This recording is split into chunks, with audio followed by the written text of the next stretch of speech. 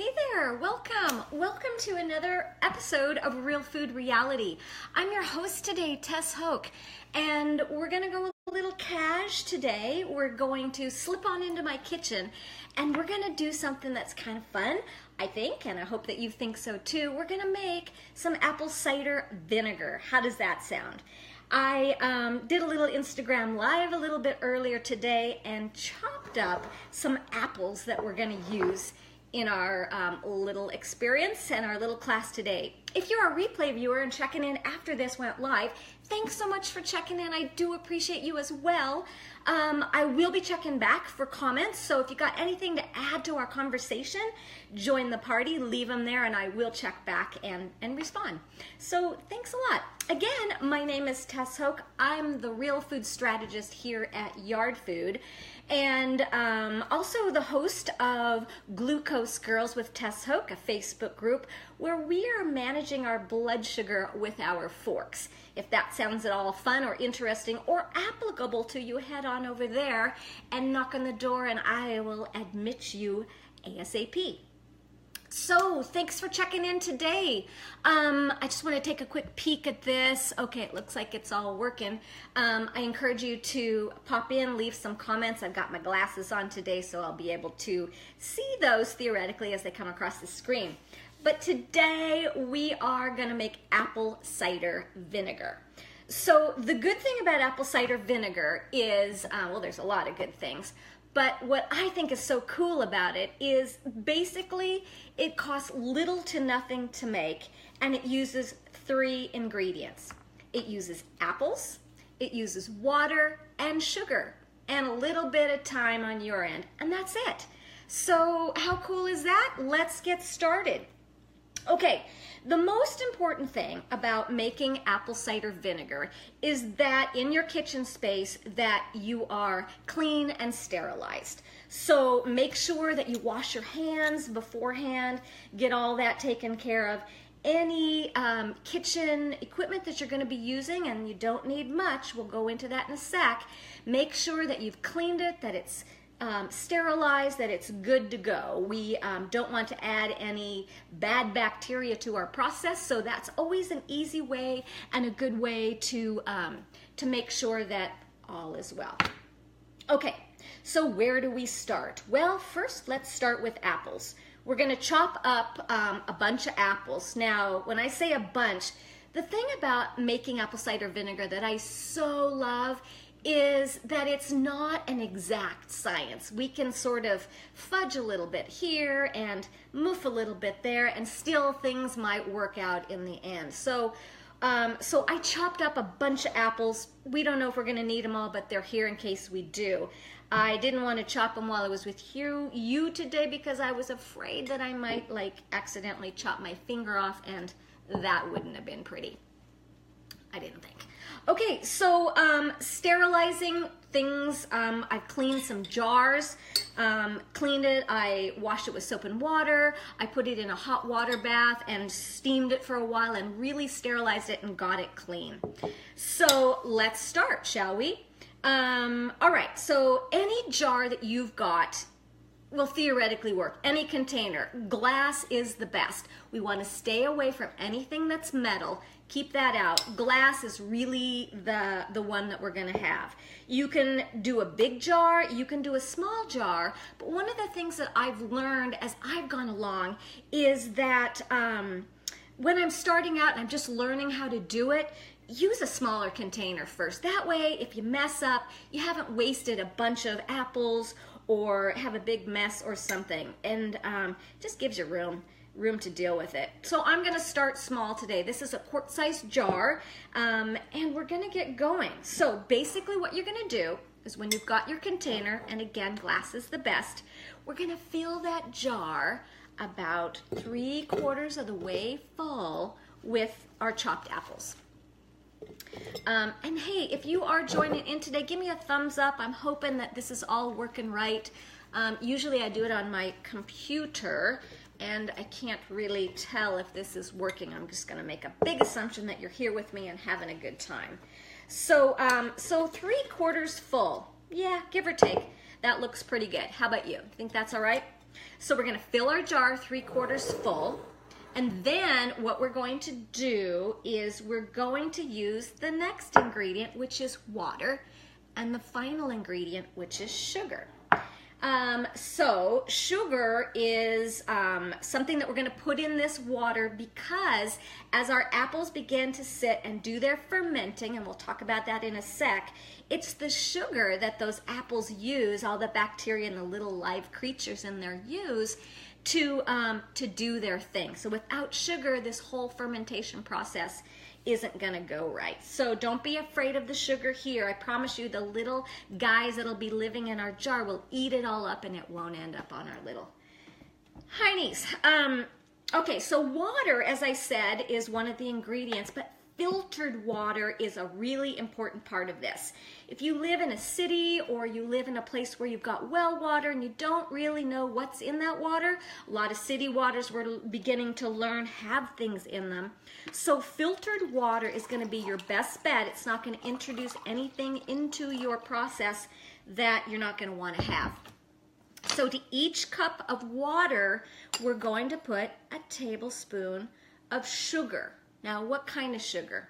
Well, you can look at recipes and everything, but sugar seems to work best for this little process if it's cane sugar, a raw cane sugar. That's what I always reach for, and I've always had really good results with that. So go ahead and try a cane sugar. It's possible to use honey, it's possible to use other things, but you might find that it's a little bit different in the process. So if you start with a cane sugar, chances are you're going to be fine.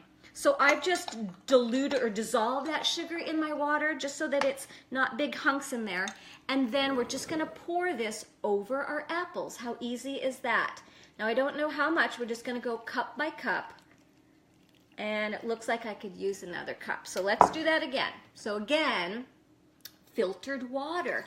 Now these Brita filters we all have, maybe hanging around the house, or if you've got a cool filter system in your kitchen that cleans your water before it sends it off to your drinking glass, that's great too.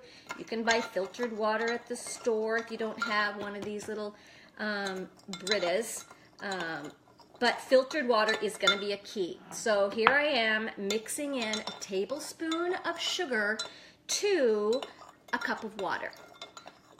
And we're just going to stir it up until it's dissolved, until we can't see any of the sugar hunks in there anymore.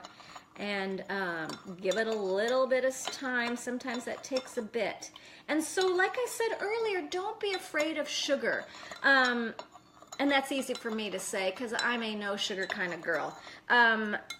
If you are concerned, the good news here in using sugar in our whole little vinegar process is that in the time that the apples are going to be turning into vinegar, you're going to find that the little creatures that live in there, all the bacterium and all the little amazing things that exist in our universe, and sometimes we don't even know they're there, they're going to consume that sugar in the whole fermentation process. So you don't have to worry that that's going to be part of it in the end. That will have long ago been eaten up by your little creatures in there.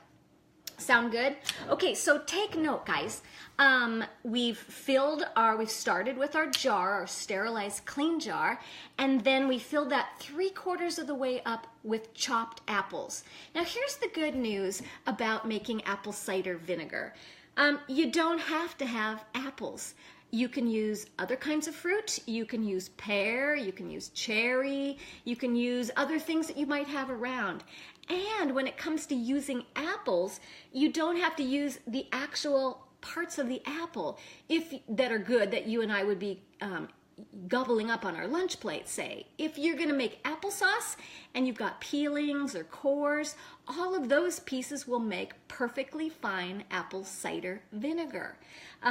So I had some Gala apples that came from a local farmer in my neighborhood, and they've been in my food pantry for a little while, and they're starting to get a little soft. So I just donated them to the vinegar process today, but you don't have to. Remember, it doesn't have to be costly. It can be very simple and inexpensive to make by using your cores and peelings as well. So just a little heads up on that. You can make it as simple as possible. Okay, so we have filled our jar 3/4 full with apples, chopped apples. We didn't peel them, we washed them and we wiped them off, but that's about all we did.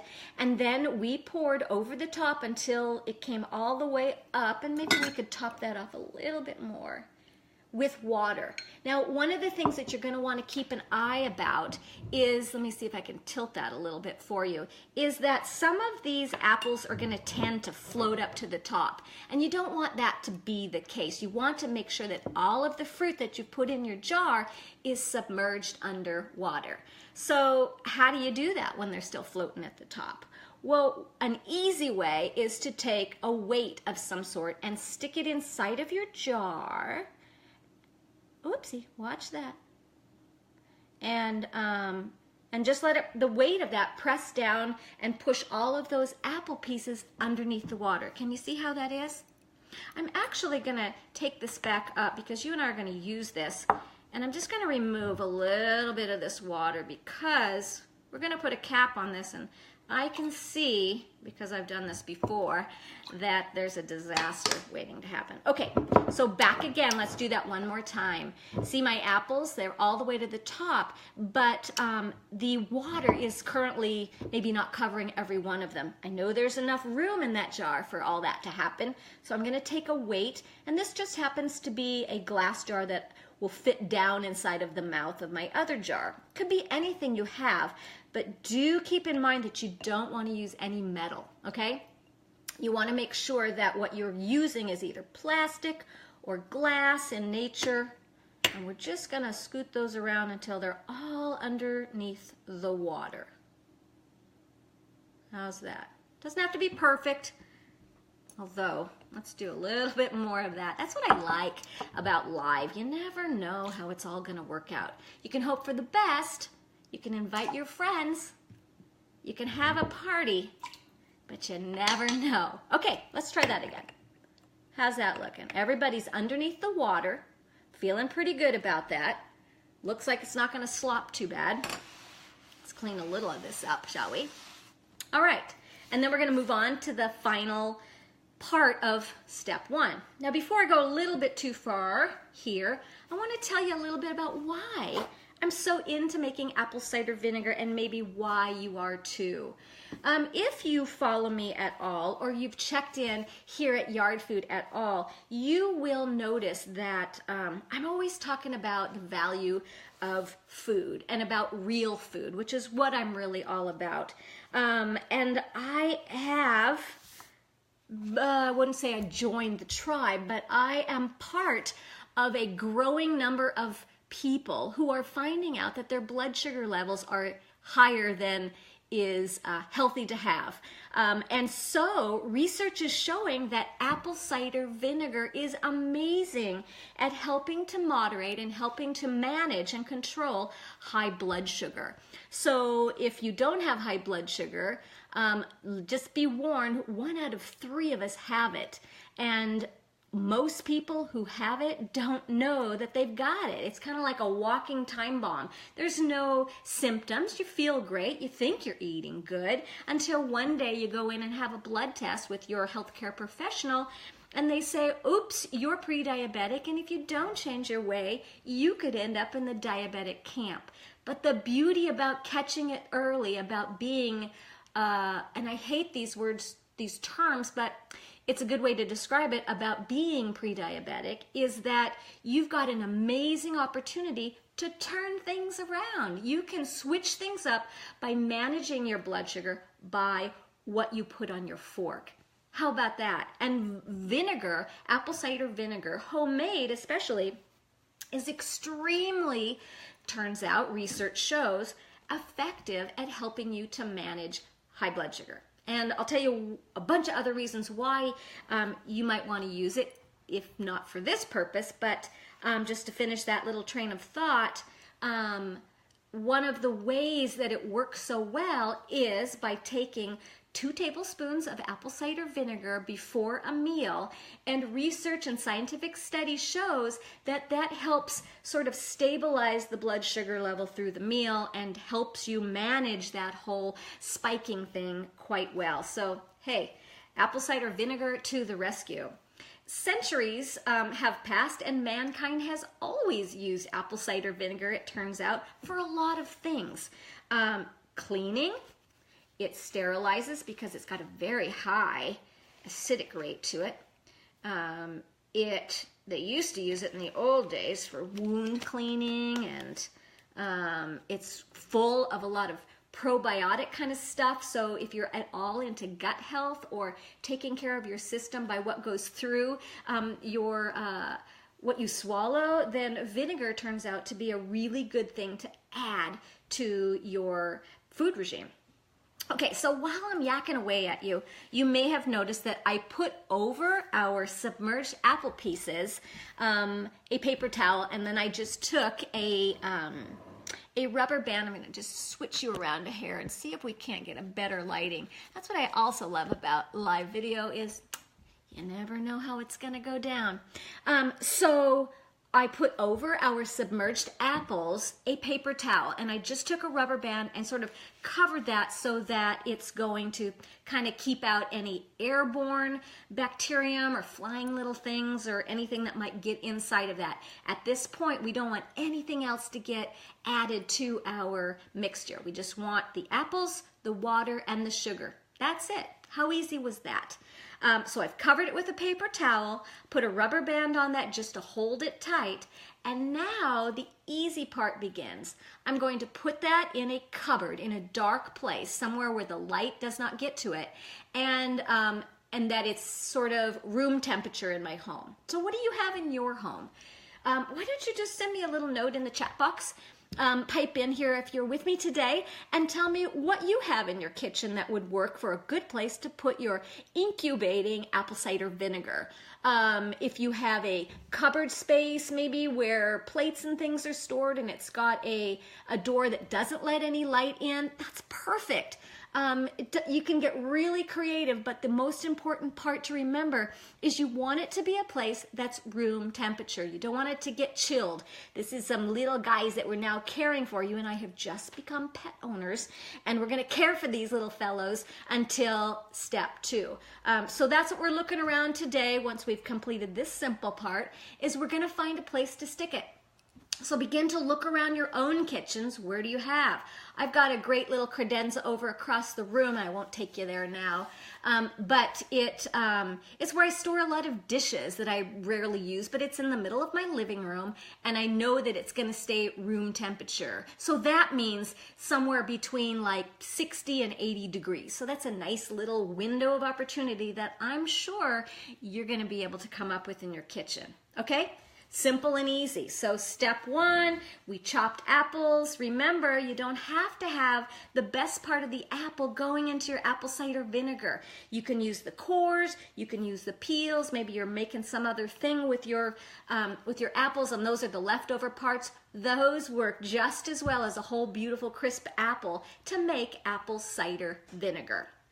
Now, another reason I should say, that apple cider vinegar is so good and why you may want to go to the effort of making it in your own kitchen is that, number 1, you know what's going into it, which in our modern food world is a big deal.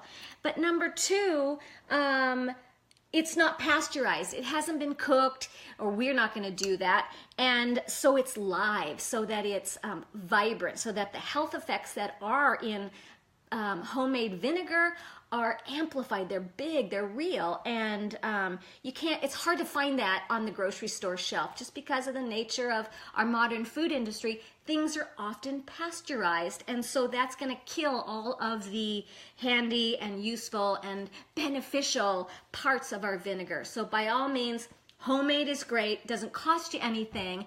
It just takes a little bit of time and a little bit of effort. So basically, you just watched me do the effort part. Not much, right? You can pull this off. Give me a thumbs up. I know you can if you think that apple cider vinegar is something that you can pull off. Okay, I'm waiting to see that.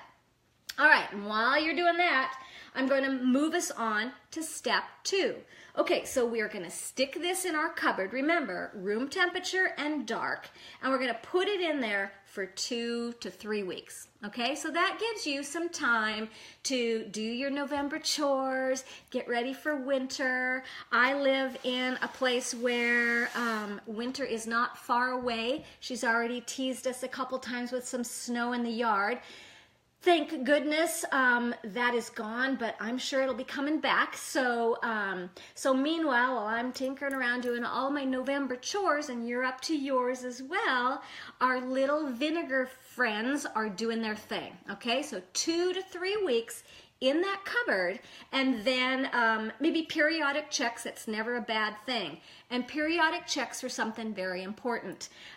Easy to take off your lid. Remember, we've just put a paper towel. You can use cheesecloth is great, but if you don't have it, don't worry about it. A coffee filter works amazingly well. Whatever you're using, help it be breathable. Let this little guy in here, remember, it's alive, so don't suffocate it by putting a piece of plastic over it. Plastic bag is a no-no. But periodically between those 2 and 3 weeks, while we're waiting for it to do its thing, while all of these bacterium and all of these sugars are breaking down and beginning to ferment, we want to just double check in every 3 or 4 days. And what we're looking for, and this is critical, girls and boys, is we're looking for any parts of the apple that may have escaped our little weight. Remember, we're going to press them down under the water. So anything that's popped back up, we're going to want to make sure that it's submerged, because that can turn into mold and ruin our whole process. So the most important thing we're looking for is that none of our apple pieces have popped up above the water, exposed themselves to oxygen, and are going to taint our whole batch. So let's keep our eyes peeled for that. Easy to do. If for some reason you see that and it begins to turn brown or something, you can remove it if it doesn't look like it's contaminated. And always do me a favor here, always use a wooden or a plastic spoon. Metal is not what you want to add to this thing, so easy to use a wooden spoon to do so. Okay, so a periodic check, just keep it up. And then what you're going to begin to smell as you walk by your little pantry is, I think I smell vinegar. Well, we're not there yet, but you're going to start to be able to smell this sweet, delicious, fermenting thing going on. Don't be afraid of it. Rock on with it, because that's what we're after. Okay, so 2 to 3 weeks, time is going by, and then we're going to pull it out, because we're going to move into step 2, step 2 about where it goes next. Now, basically, this is my vinegar that I started, oh goodness, 2.5 weeks ago, I think is about the time. And so it was in my cupboard, like I told you about, and just sort of fermenting away. I checked it a couple times. There was a couple little pieces of apple that popped up, and so I just, pinched them out and tossed them to the chickens. But today, we're gonna move on to what you do next. So remember, 2 or 3 weeks, and then you're going to end up with this. I put this in this container just because that's what I had on hand, and I put a weight under there. And so you and I are going to do this together. My weight was just one of my plates. I'm going to set this over here. I wondered the other day, what happened to my plates? Well, guess what? You and I are finding them. Here they are. Okay, so we're going to take these plates up. And, ooh, look at this. This is, oops, this is, ooh, I can smell this. I wish you were here to smell this with me. it's sort of bubbling, and that's one of the things, thank you again, that's one of the things that you're going to see along this process in your first 2 to 3 weeks, is you're going to begin to see sort of this white bubbling thing going on. If you see that, you know that you are on the right track. Don't do anything, just chill out. It's doing its thing, and that's what I love so much about this, is it doesn't really require too much from us. So, so keep an eye for bubbling. Okay. Oh goodness, this smells good. So this is 2.5 weeks after our little batch that we stuck in the cupboard. Now what I'm gonna do, all of my little hunks of apple, I'm gonna just strain them. Let me pull this back so that you can see it. And I'm just gonna strain them out. And now that was probably, I don't know, a couple cups of liquid that I did. So you can see a bigger batch is always better, but this is one of the first I've done this year, and I didn't want it to spoil and have too much waste. So I'm just going to let that drain, and maybe what I'll do is I'll let that drain over here. We're just going to give it a couple more minutes to drain. And while that's happening, oh, I wish that you could see this. Let me see if you can. Actually, let me just check in with you guys. I'm going to turn this around. Ooh, okay, good luck. I'm not a genius when it comes to tech, but I'm going to turn it around because I want to show you. Oh, there I am. I want to show you this beautiful liquid. Can you see that?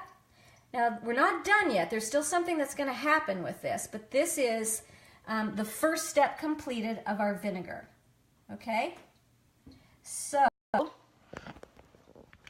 here we are again. Okay, so that's step 2 in the process. Okay, so here's what we're gonna do next. We're not done. This is gonna go back into our cupboard that we were using for this little fellow. Okay, so wherever that was, don't give up. We're gonna still occupy the space, but we're going to then take our vinegar, and I'm going to put it back. It's possible to put it back in the same container. I got uses for that container, and so I'm going to pour it into a sterilized jar. Remember that you want to make sure that you clean your utensils beforehand. We don't want to introduce any other things into our process. So this is a sterilized jar. I just sterilize it by washing it with soap and water, and then putting it in a hot water bath, kind of boiling water, low boiling water for 5-6 minutes until I had sterilized it. So I know that I'm not adding any other bacteria or anything that might have been in the air or in the jar or any soap or anything into our vinegar.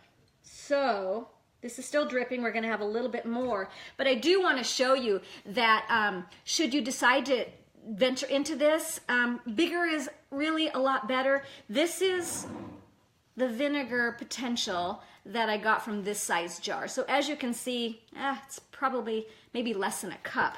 So so if you're doing a batch, it's better to do a bigger batch. But if you're just starting out and you're not really sure and you want to make sure you don't screw it up, then by all means, start small. You can always grow from there. Okay, so the next part that we're going to do, and there's a little bit more. I'm just going to set this over here. And we're going to add a little bit more of my drippings. Okay.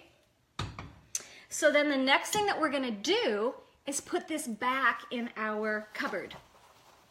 Hi, thanks so much. Appreciate that. I've got glasses on and it's hard to see some comments sometimes. So bear with me. If I catch you later, I promise I'll get back to everybody. So again, we're going to take a paper towel and we're going to just seal that up so that nothing can get in. And I'm just going to use a simple rubber band. How cheap and easy is that, huh? And we're going to put this back in our warm room temperature space for another block of time. And that block of time is probably, oh goodness, 3 or 4 more weeks. It's probably longer than that. It's probably more like 4 to 6 weeks. So you can see the time period is sort of extensive here, and where bigger batches might be of benefit so that you can actually get a good bang for your buck after all of this time. But it's not going to cost you anything other than some time. That doesn't really require you to do much along the way. So we're going to stick this back in our warm space in our cupboard, room temperature cupboard, and I may watch this again, like my other batch. I'm going to check it out maybe every, I don't know, what are you doing in your life? Every 3 or 4 days, every week. Golly, sometimes it gets busy and I forget things, and it might be a couple weeks. However often you can get back to it, just give it a check. So if something's going wrong, you know. But what's going to be going on in there is these little guys are going to move from stage 1, which is kind of like hard apple cider. I suppose if you drank that, woo, it might be a party effect. But you're going to move from stage 1 in this next few weeks to stage 2, which is where the actual vinegar begins to happen. So 4 to 6 weeks in that same cover space. I'm going to check it every so often when I get to it, and I'm going to watch it and make sure that there's no mold or anything weird going on. And then I'm going to start tasting it. Maybe every, I don't know, maybe by the 3rd or 4th week, I might dip a wooden spoon or something in. Again, try to stay away from metal, stainless steel if you can, because that's going to disrupt the whole process and kind of ruin your vinegar. So at maybe 3-4 weeks, I'm going to start tasting that. And does it taste like vinegar? I think it's going to blow your mind what starts to happen. How simple is that? And then you can take your vinegar. Here's another little trick to remember. You can take your vinegar from mild to really, strong vinegar by just allowing it more time to ferment. How cool is that? At the end of 6 weeks, chances are you're definitely going to be there. Maybe you want to cut it off a little early.